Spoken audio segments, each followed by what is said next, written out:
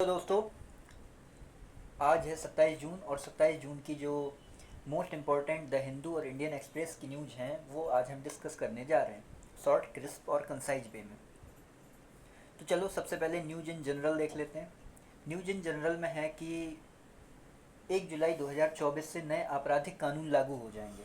तो 1 जुलाई 2024 से नए आपराधिक कानून लागू होने हैं और क्या क्या बदल जाएगा? आईपीसी बदल जाएगी। आईपीसी कब आई थी? 1860 में, और उसका स्थान ले लेगी भारतीय न्याय संहिता। इंडियन एविडेंस एक्ट, भारतीय साक्ष्य अधिनियम, इसका स्थान भारतीय साक्ष्य अधिनियम ले लेगा। ये कब आया था? 1872 में। कोड ऑफ क्रिमिनल प्रोसीजर 1898, भारतीय नागरिक सुरक्षा संहिता इसका स्थान ले लेगी और इसमें 20 नए कानून जोड़े गए हैं। कुछ एक हैं, जैसे पहले 154 में जो होता था एफआईआर दर्ज होती थी, अब 173 में एफआईआर दर्ज होगी। तो ये जो नए कानून हैं जब से लागू हो जाएंगे तब हम इनके बारे में और गहनता से देखेंगे। अभी इतना ही याद रखें कि कौन से जो एक्ट हैं उसने किस चीज़ का स्थान लिया। आईपीसी का स्थान भारतीय न्याय संहिता, इंडियन एविडेंस एक्ट का स्थान भारतीय साक्ष्य अधिनियम। अब आप कहोगे कि इंडियन एविडेंस एक्ट को तो हिंदी में भारतीय साक्ष्य अधिनियम ही बोलेंगे। पहले ये आईईए या इंडियन एविडेंस एक्ट, इसका एक्ट का ही नाम इंडियन एविडेंस एक्ट था। अब भारतीय साक्ष्य अधिनियम अगर चाहे आप हिंदी में लिखो चाहे अंग्रेजी में लिखो, आपको इसको देवनागरी तरीके में ही लिखना पड़ेगा। भारतीय को ऐसे ही आपको अंग्रेजी में भी भारतीय ही लिखना पड़ेगा। अब कपिल देव भाई साहब professional golf tour of India के अध्यक्ष बन गए। ठीक, तो Shri Kapil Dev professional golf tour of India के अध्यक्ष बन गए। नाटो को नया चीफ मिल गया है। नाटो के नए प्रमुख कौन बन गए हैं? नीदरलैंड के प्रधानमंत्री हैं, नीदरलैंड के प्राइम मिनिस्टर, जिनको डच प्राइम मिनिस्टर भी बोला जाता है, मार्क रूट नाटो के प्रमुख बन गए। अब नाटो के बारे में देख लेते हैं। नाटो 1949 में इसका गठन हुआ था। नाटो का पूरा नाम है नॉर्थ अटलांटिक ट्रीटी ऑर्गेनाइजेशन, जिसको संक्षिप्त में नेटो या नाटो कहते हैं। इसमें कुल 12 सदस्य थे शुरुआत में, और वाशिंगटन संधि को साइन करके इसके सदस्यों ने इसका गठन किया था। इसके बाद क्या हुआ कि अभी वर्तमान में इसके कुल 32 सदस्य हैं, और नवीनतम सदस्य स्वीडन है जो 2024 में नेटो का नए सदस्य के रूप में आया था। अब 1 अक्टूबर से ये डच प्राइम मिनिस्टर इसका कार्यभार संभालेंगे। अब इसके बाद नाटो के बारे में और चीज़ें देख लेते हैं। नाटो यूरोप और उत्तरी अमेरिका के देशों का एक राजनीतिक और सैन्य गठबंधन है। इसके सदस्य एक दूसरे को किसी भी खतरे से बचाने के लिए प्रतिबद्ध रहते हैं। तो एक दूसरे को खतरे से बचाने के लिए प्रतिबद्ध हैं। 4 अप्रैल 1949 को वाशिंगटन डीसी में 12 देशों ने उत्तरी अटलांटिक संधि पर हस्ताक्षर किए, इसीलिए इसको वॉशिंगटन ट्रीटी भी कहते हैं। नाटो का पहला मुख्यालय लंदन में हुआ था। इसके बाद वर्तमान में नाटो का मुख्यालय लंदन में नहीं है। वर्तमान में नाटो का मुख्यालय कहाँ पे है? 1967 में इसका मुख्यालय ब्रुसेल्स में बना दिया गया था। यानी वर्तमान में नाटो का मुख्यालय ब्रुसेल्स में है।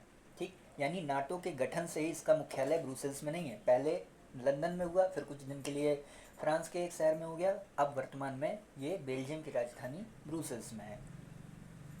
अब इसके बाद हम लोग देखते हैं एक न्यूज और। सैम पित्रोदा री appointed overseas Congress chief. Overseas Congress मतलब कांग्रेस की जो विदेशी शाखा है उसके री अपॉइंट कर दिए गए हैं ये चीफ सैम पित्रोदा ने अभी हाल ही में जब इलेक्शन हुए थे, जनरल इलेक्शन, तो उसके पहले इन्होंने क्या किया था? इस पद से इस्तीफा दे दिया था।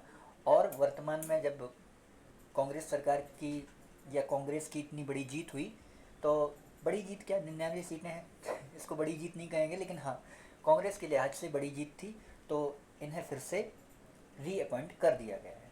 तो ये, और एक न्यूज और है। Commonwealth short story prize for Indian writer Sanjana Thakur, तीसरी भारतीय संजना ठाकुर बन गई हैं कॉमनवेल्थ शॉर्ट स्टोरी प्राइज जीतने वाली। इनकी कहानी थी ऐश्वर्या राय, एक सामान्य महिला की कहानी थी, उसको टाइटल इन्होंने ऐश्वर्या राय दिया था। इन्हें इसके लिए 5000 पाउंड मिले हैं, और यह पुरस्कार 2012 से दिया जा रहा है। पहला पुरस्कार इसका प्रसार कुलकर्णी को दिया गया था 2016 में, और उसके बाद दूसरा पुरस्कार कृतिका पांडे को मिला था। प्रसार कुलकर्णी को उनकी एक काऊ एंड कॉमन्स करके एक रचना थी, उसके लिए मिला था। फिर इसके बाद ये सारे जो वन लाइनर चीज़ें वो हम लोगों की कंप्लीट हो गई हैं। News in general. हाँ, ये बैटिंग स्कैंडल, ये बहुत चर्चा में, ये 3 दिन से लगातार अखबार की हेडिंग बन रहा है। बैटिंग स्कैंडल, या फिर जो वो कमीशन बनाई गई थी इंग्लैंड में, यूके में कमीशन बनाई गई थी, वो बहुत ज़्यादा चर्चा में चल रही है। तो बैटिंग स्कैंडल इस समय कहाँ पे चल रहा है, किस देश में चल रहा है? यूनाइटेड किंगडम में चल रहा है। फिर इसके बाद हम लोग थोड़ा सा साइंस की न्यूज़ देख लेते हैं, इन्वायरमेंट की। इन्वायरमेंट में ये एक फ़ोटो थी, इमेज थी, James Larkin university of Witwatersrand. ये यूनिवर्सिटी विट्स यूनिवर्सिटी के नाम से जानी जाती है, साउथ अफ्रीका में है। यहाँ पे एक राइसोटोप प्रोजेक्ट चला है। राइनो की रक्षा करने के लिए, विज्ञान द्वारा गैंडों की रक्षा करने के लिए एक राइजोटोप प्रोजेक्ट चलाया गया है। और राइजोटोप प्रोजेक्ट चलाने का श्रेय किसे जाता है? 2021 में इसकी स्थापना जेम्स लार्किन और इसके सह संस्थापक सुजैन बोसवेल ने की थी। ये बिट्स यूनिवर्सिटी में विकिरण और स्वास्थ्य भौतिकी इकाई के निदेशक थे। और कहाँ पे है ये? साउथ अफ्रीका में। यानी साउथ अफ्रीका की एक यूनिवर्सिटी में, बिट वाटर सैंड यूनिवर्सिटी है, वहाँ पे ये चल रहा है। अब क्या किया जा रहा है इसमें? इसमें गैंडों के सींगों को रेडियोधर्मी बनाने से एक वस्तु के रूप में उनकी वांछनीयता कम हो जाएगी। यानी उनके सींगों में रेडियो एक्टिव पदार्थों को लगाया जा रहा है ताकि उन्हें डिटेक्ट किया जा सके और उन्हें उस खतरे से बचाया जा सके जो उनके समक्ष मौजूद हैं। ख़ास तौर पे जो जो उनका दोहन होता है या उनका अवैध शिकार होता है, उससे बचाने के लिए ये काम किए जा रहे हैं। और चूंकि उनका मूल रूप से शिकार उनके सींगों के लिए होता था, तो सींगों की रक्षा के लिए, गैंडों की रक्षा के लिए ये किया जा रहा है। क्या इससे पशु को नुकसान होगा? नहीं, इनका कहना है कि नहीं है। मापी जाएगी मात्रा रेडियोधर्मी पदार्थ की, तभी डाली जाएगी ताकि पशुओं को कोई नुकसान ना हो। शिकारी को कैसे पता चलेगा कि उसे गैंडों का शिकार नहीं करना है? पकड़े जाने के डर से। जब एक दो पकड़े जाएंगे तो डर बैठ जाएगा। फिर इसके बाद एक न्यूज इंडिया में लियोपर्ड सफारी के लेकर है। बनेरघट्टा में लेपर्ड सफारी बन रही है, तेंदुआ सफारी बन रही है। तेंदुआ के बारे में जान लेते हैं। तेंदुआ IUCN की सुभेद्य लिस्ट में या वल्नरेबल लिस्ट में है और WPA की शेड्यूल्ड 1 में ये आता है। WPA 1972 में आया था। सफारी हेतु दिशा निर्देश कौन जारी करता है? केंद्रीय चिड़ियाघर प्राधिकरण द्वारा अधिसूचित किए जाते हैं सफारी हेतु दिशा निर्देश।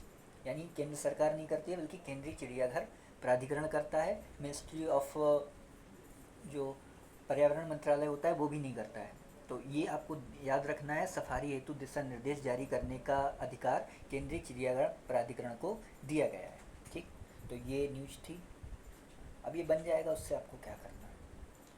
फिर इसके बाद डेनमार्क ने एक बड़ा अच्छा नहीं, बड़ा ख़राब अधिनियम लाया है। डेनमार्क ने मवेशियों को रखने वाले कृषकों पर कर लगाने की बात की है और ये दुनिया का पहला ऐसा देश बन जाएगा। वैसे कुछ कर नहीं पा रहा था, अब इसी मामले में दुनिया का पहला देश बन जाएगा। मवेशियों को रखने वाले कृषकों पर कर लगाएगा ताकि ग्रीन हाउस गैस का एमिशन होता है उसको कम किया जा सके। यूनिक कहती है कि भैया दुनिया के जो मवेशी हैं वो 32% योगदान करते हैं मानव जनित मीथेन उत्सर्जन में। यानी मानव अगर 100% मीथेन का उत्सर्जन करता है, उसमें से 32 भाग कहाँ से आता है? 32 भाग मवेशियों से निष्कर्षित या फिर उत्सर्जित होता है। ये थी पर्यावरण की न्यूज। इसके बाद थोड़ा सा IR के बारे में देख लेते हैं। इकोनॉमी और IR से जुड़ी हुई न्यूज है। Sri Lanka seal step deal with official creditor committee. ये डील सील हो गई है ऑफिशियल क्रेडिटर कमेटी के साथ। ऑफिशियल क्रेडिटर कमेटी क्या है? यह एक मंच है जिसमें भारत और जापान किसका सदस्य है? जापान पेरिस क्लब का सदस्य है, जिसमें कुल मिला के 17 देश शामिल हैं, भारत और जापान को मिलाकर। इन देशों ने श्रीलंका को ऋण दिया है। अब श्रीलंका चूँकि एक डेप्ट क्राइसिस में फंस गया था, एक बहुत बड़े इकोनॉमिक क्राइसिस में फंस गया था, तो अब श्रीलंका का जो ऋण संबंधी बातचीत है उसको आसान बनाने के लिए ये OCC गठित की गई थी, सिंप्लीफाइंग श्रीलंका डेप्ट नेगोशिएशंस। और अब 2023 में इसका गठन हुआ था और 2024 में अब इस पर बातचीत सहमत हो गए हैं श्रीलंका और अब ये डील पक्की हो गई है।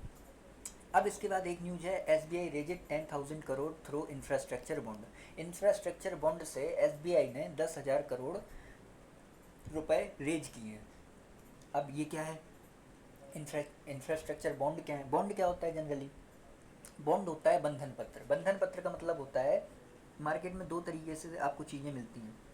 एक तो बॉन्ड के माध्यम से मिलती है, बॉन्ड में बंधी बधाई आय होती है। सीधी सी बात जानो आप, बंधी बधाई आय होती है इसमें। इसका क्या मतलब है? इसका मतलब है कि आपने अगर 100 रुपये का एक बॉन्ड खरीदा उस पर 10% ऋण के माध्यम से आपको 10% के माध्यम से आपको 10 रुपये मिल रहे हैं, 10 रुपये दिए जा रहे हैं।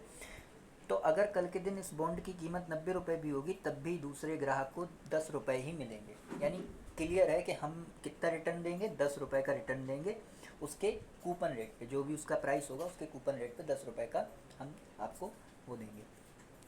अब इंफ्रा बॉन्ड क्या है? दीर्घकालिक परियोजना है इंफ्रास्ट्रक्चर की, यानी इंफ्रास्ट्रक्चर की जो दीर्घकालिक परियोजनाएं होती हैं उनमें परिव्यय करने के लिए जो बॉन्ड जारी किए जाते हैं और वो वित्त पोषण को आकर्षित करते हैं, उनको कहा जाता है इंफ्रास्ट्रक्चर बॉन्ड। ये पब्लिक ओन्ड भी हो सकते हैं, प्राइवेट ओन्ड भी हो सकते हैं, स्टेट ओन्ड भी हो सकते हैं और प्राइवेट फर्म के द्वारा भी ओन्ड हो सकते हैं। लेकिन अब एसबीआई इंफ्रास्ट्रक्चर बॉन्ड को जारी क्यों कर रहा है, इसके फ़ायदे क्या हैं? इसका फ़ायदा ये है कि आरबीआई के अगर आप नियम देखोगे तो वहाँ से पता चलता है कि बुनियादी ढांचे इंफ्रास्ट्रक्चर में और किफ़ायती आवास, जो आवास होते हैं किफ़ायत भरे, उनमें निवेश करने के लिए अगर आपने लॉन्ग टर्म बॉन्ड, दीर्घ अवधि के बॉन्ड जारी किए और उनसे जो फंड रेज किया, उस पर आपको सीआरआर और एसएलआर नहीं देना होगा, उन पर आपको छूट मिल जाती है सीआरआर और एसएलआर दायित्वों से। इससे क्या होता है, इससे जो बैंक होते हैं वो बहुत सारा अपना फंड रेज कर सकते हैं और अपनी इनकम को भी जनरेट कर सकते हैं और मार्केट में अपनी पहुंच को भी बढ़ा सकते हैं, जिसको क्रेडिट बोलते हैं। मार्केट में अपनी क्रेडिट भी बढ़ा सकते हैं बैंक। तो ये बैंकों को फ़ायदा है, इसीलिए वो इंफ्रास्ट्रक्चर बॉन्ड जारी कर रहे हैं। यूपीएससी हो सकता है आपसे पूछ दे कि इंफ्रास्ट्रक्चर बॉन्ड जारी करने पर बैंकों को उससे रेज हुए फंड में सीआरआर और एसएलआर पर छूट प्राप्त होती है, तो वो स्टेटमेंट हो जाएगा आपका सही। चलिए, एक शब्दावली है कोहैबिटेशन। कोहैबिटेशन क्या होता है? सीधा शब्द जानिए, इतनी न्यूज़ पढ़ने की ज़रूरत नहीं है। सीधा है कि फ्रांसीसी राज व्यवस्था में जब राष्ट्रपति और नेशनल असेंबली का नेता, जिसको प्रधानमंत्री कहते हैं, जब एक ही पार्टी से नहीं होते हैं तो फ्रांस में ऐसी स्थिति को कोहैबिटेशन कहते हैं। ऐसा अभी तक 3 बार ही हुआ है फ्रांस में। हो सकता है, संभावना जताई जा रही है, जो अभी पोल आए हैं उसके माध्यम से संभावना जताई जा रही है कि हो सकता है चौथी बार ऐसी स्थिति देखने को मिले। तो कोहैबिटेशन को आप ध्यान रखना। अब फिर how well is India tapping it's rooftop solar potential. अब सोलर पोटेंशियल के ऊपर ये न्यूज़ है, ये मेंस का टॉपिक है, आप लोग देख लीजिए इसमें क्या क्या चीज़ें हो सकती हैं। सबसे पहले नेशनल सोलर मिशन 2010 में आया था, Jawaharlal Nehru national solar mission. अब आरटीएस के बारे में देख लेते हैं। रूफ टॉप सोलर को लेकर भारत की क्या संभावनाएं हैं। वर्तमान क्षमता भारत की जो है वो लगभग 12 गीगावाट की है, यानी भारत अभी वर्तमान में 12 गीगावाट रूफ टॉप सोलर से निष्कर्षण कर रहा है, 12 गीगावाट ऊर्जा को। फिर इसके बाद 2030 तक भारत को कितनी 100 गीगावाट चाहिए भारत को, ताकि भारत अपने रिन्यूएबल एनर्जी के जो लक्ष्य हैं, 2030 तक भारत का रिन्यूएबल एनर्जी का जो लक्ष्य है 500 गीगावाट की क्षमता का, उसको भारत हासिल कर ले। और भारत का आरटीएस पोटेंशियल कितना है? ओवरऑल लगभग 796 गीगावाट है। यानी भारत अपने सभी ऊर्जा जो सभी अगर सभी जगह पे सभी छतों पे रूफटॉप सोलर लगा दे तो 796 गीगावाट को का उत्पादन भारत कर सकता है एनर्जी का। और टॉप 3 कौन है भारत में सोलर रूफटॉप सोलर के मामले में, इंस्टॉलेशन के मामले में? सबसे पहले है गुजरात, फिर महाराष्ट्र, फिर राजस्थान। लेकिन हाईएस्ट आरटीएस इंस्टॉलिंग में गुजरात पहले नंबर पे है और हाईएस्ट आरटीएस पोटेंशियल किसके पास है? राजस्थान के पास है, क्योंकि राजस्थान का एरिया भी बहुत बड़ा है और राजस्थान जो है वो रेगिस्तानी इलाका है। तो यहाँ पे जो सूर्य की किरणें होती हैं वो, या सूर्य की जो एनर्जी रहती है वो अधिक समय तक रहती है। फिर इसके बाद प्रधानमंत्री सूर्य घर मुफ्त बिजली योजना देख लीजिए। 75,000 लगभग 75,000 करोड़ की ये योजना है। इसका काम क्या है? 1 करोड़ घरों में आरटीएस इंस्टॉल करना है, 1 करोड़ घर। और फिर उन घरों को 300 यूनिट प्रतिमाह मुफ्त बिजली दी जाएगी। जो घर इंस्टॉल करेंगे उनको 300 यूनिट प्रतिमाह मुफ्त बिजली दी जाएगी। टोटल आरटीसी कैपेसिटी से इसमें 20 गीगावाट की वृद्धि होने वाली है। कंपनियों को भी प्रोत्साहन दिया जाएगा, ग्राहक को वित्तीय सहायता दी जाएगी, फाइनेंशियल असिस्टेंट और इंसेंटिव्स, ये सारे प्रोग्राम भी दिए जा रहे हैं। और प्रत्येक जिले में मॉडल सोलर ग्राम का भी विकास हो रहा है।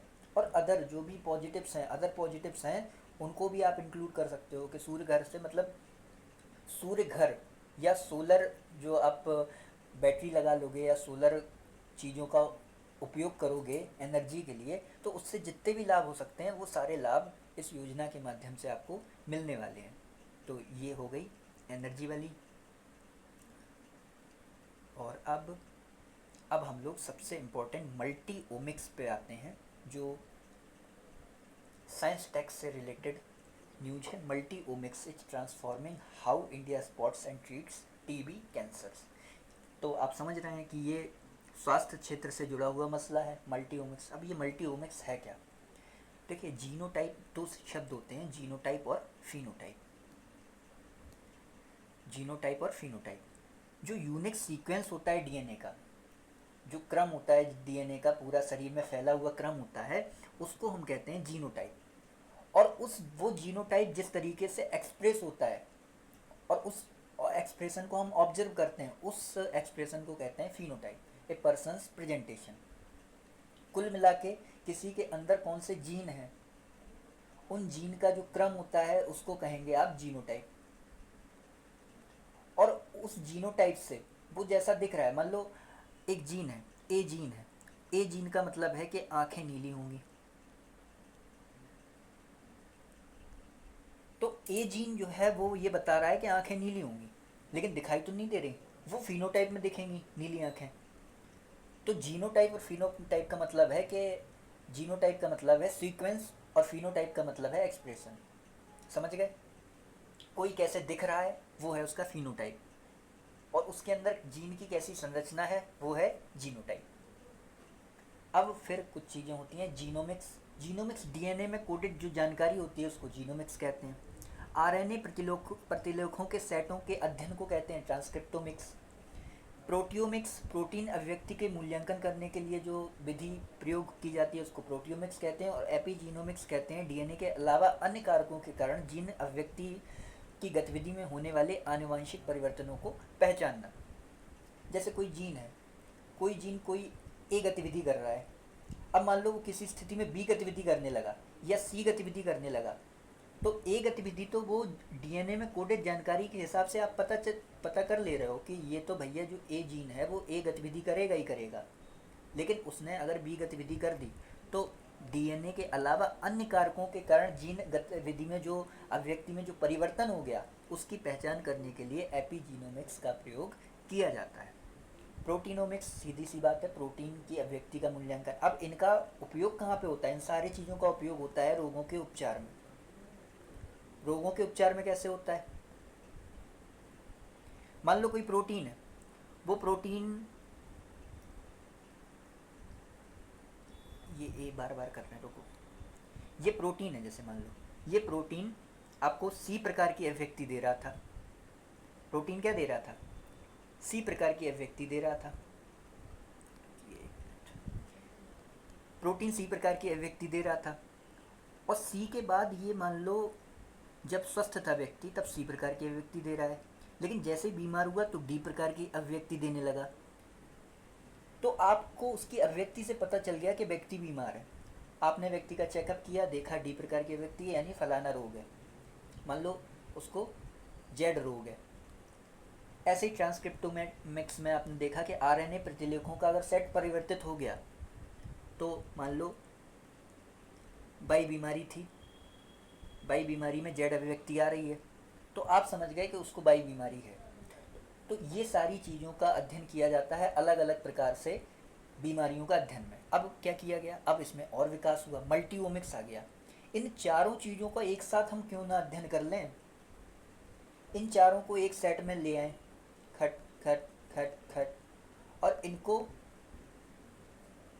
एक साथ इनका अध्ययन कर लें कि डीएनए में कोडेड जानकारी क्या कह रही है। मान लीजिए किसी को ए बीमारी है।